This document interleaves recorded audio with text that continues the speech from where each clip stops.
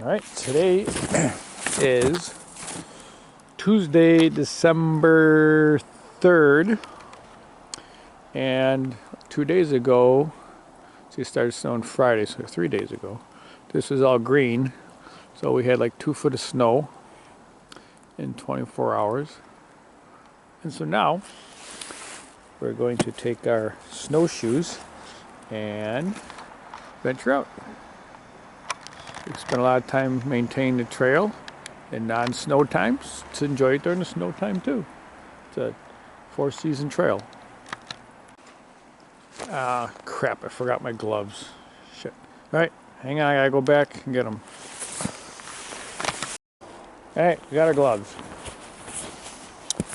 So, it's got a little warm and froze a little bit, smoothed a little bit more, so you can hear the crunch.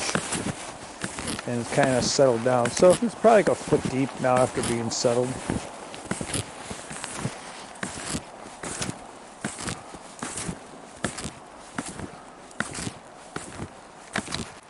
Okay, here's this saw yard.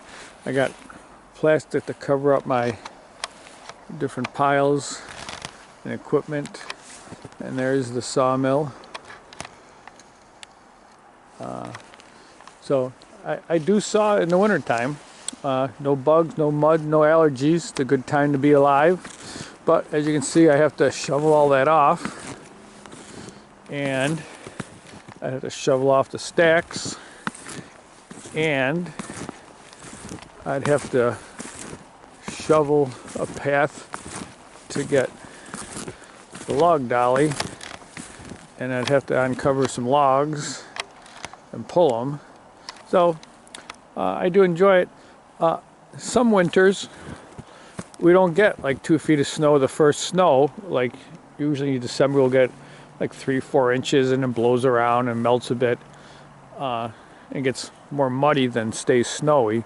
So then I don't have all the snow, I just have mud. And I can still pull stuff over here and saw and stack. But we got 2 feet of snow and it's supposed to be in the 20s for the next couple weeks, so this isn't going anywhere. So we're gonna enjoy winter sports and see what happens around Christmas time. Yeah, it was sunny before, but it's got overcast. I think it's gonna snow again. There, you know, the weather forecast is crazy. Some days they predict the world's gonna end a week before, right? And they're saying like an inch of snow for tomorrow being Wednesday, but you look at the weather and it's got a strong, cold southwest wind that goes right up the fetch of Lake Erie, and at the northeast corner is where we live, Buffalo, and it just dumps feet of snow into Buffalo and the suburbs. So no one's calling for it, but you look at the map and say it's gonna snow a lot tonight and tomorrow. But maybe not. Maybe living here for 60 years, I don't know what I'm talking about. But here's following a deer run right here. They're using the trail also. See, a multi-use trail. Everyone enjoys it.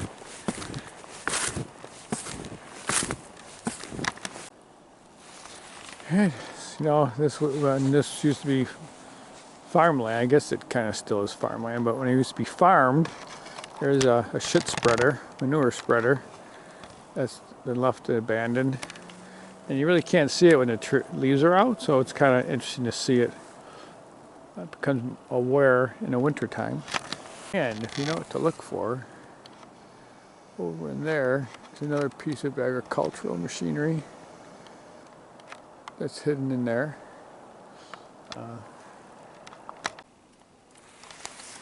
Alright, so there's the pond. That's like a 4-foot deep pond, and it's probably got 6 inches of water in it. So the general rule of thumb is that pond gets completely dry at the end of August, which it did this year, and it needs to fill up by the time spring comes next year. So either we get a lot of fall rain, which obviously we did not, or we get a lot of winter snow, that when it melts, fills the pond up. So I think we're in for some snow this winter, as we already got our first snow was 2 foot. And I think we're gonna probably get another 2 foot tonight. That's my guess. Okay, so you can kind of see this branch right here, kind of overhanging our trail. So that's why I like to trim back, because when they start to when they're thin and they grow up too thin, then the snow makes them bend over on a trail, and then we have to trim them anyway. So I might as well trim them when it's more convenient. I'm not going to go underneath because I'll probably hit it with my head and get snow down my back. Alright, let's check it out. It might be hard to tell, but here's the boardwalk that we did, and that's the swale up there in the bridge, and this is the armoring that we just finished. Finished on Friday before the snowfall, because once the snow does come, as it has, you wouldn't be able to tell that this was all torn up and boards every which way. So let's see how it does with snowshoes. Oh yeah, right up and over. Very nice. Here's a swale. Water flows this way. This is our bridge over it.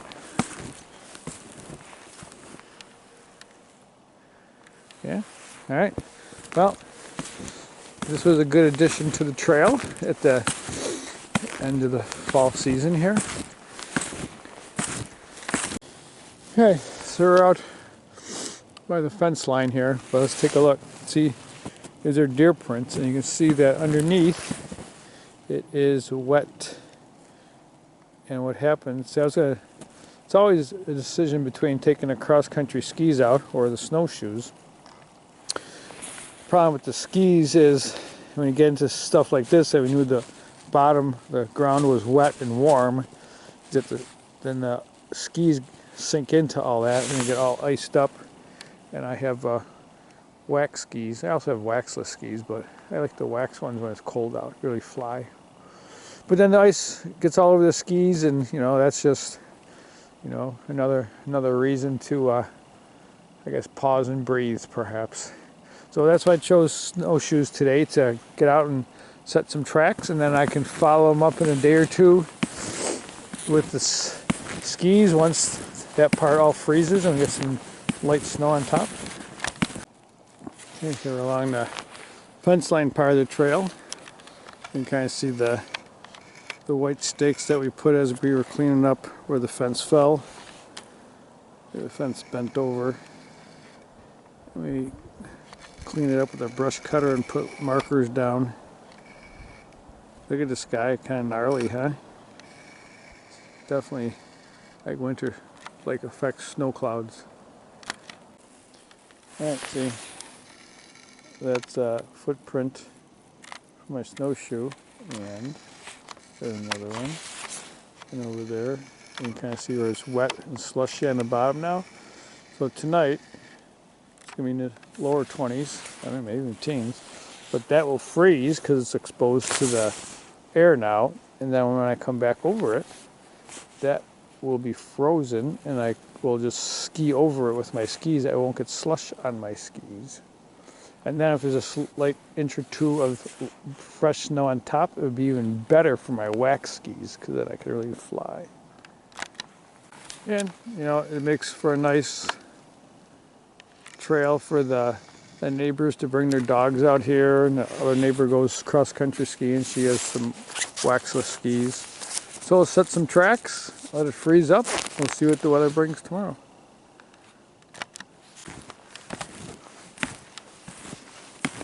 Oh yeah, look over here. This is a known wet spot. My skis would have just been filled with slush. That's always unpleasant. And when you pull it out of there, and then it freezes because the air is cold, and then you have to scrape it.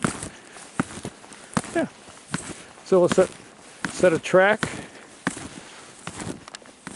and then we'll see what tomorrow brings. We are watching a grandson tomorrow, so maybe I'll have to get out early in the morning.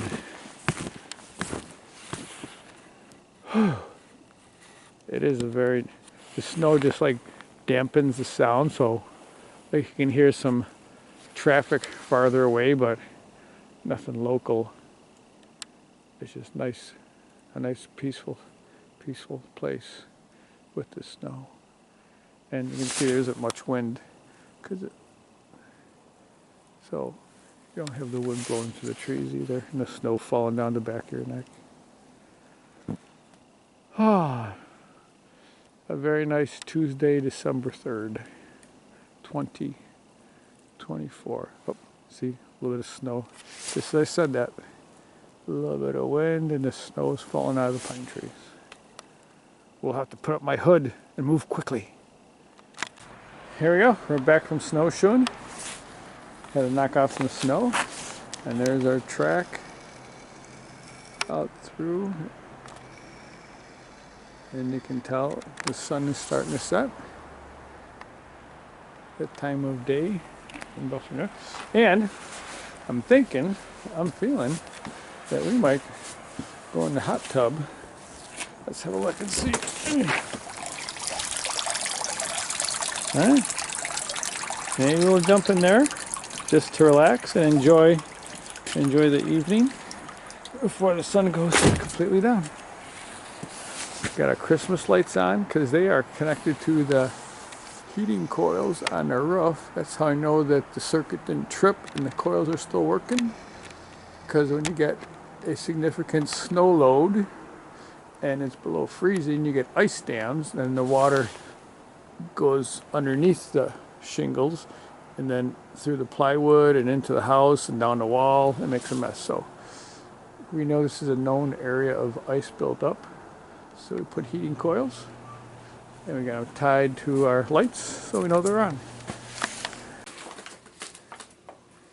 So this is where I store my snowshoes so the ice melts off, and it's right next to the hot tub vacuum.